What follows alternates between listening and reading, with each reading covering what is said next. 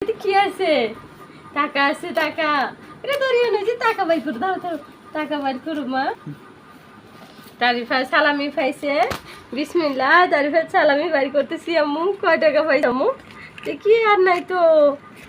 এগুলো সব তারিফা সালামি।